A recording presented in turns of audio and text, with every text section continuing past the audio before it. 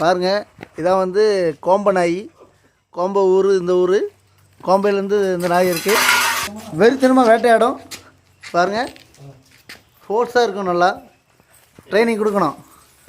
இல்லை, ஃபோர்ஸாக இருக்கும். நல்லா கமான் கமான் கோம்பா செம ஃபோர்ஸாக இருக்கும். பாருங்கள், ஜம்ப் கமான் ஜம்ப் ஜம்ப்.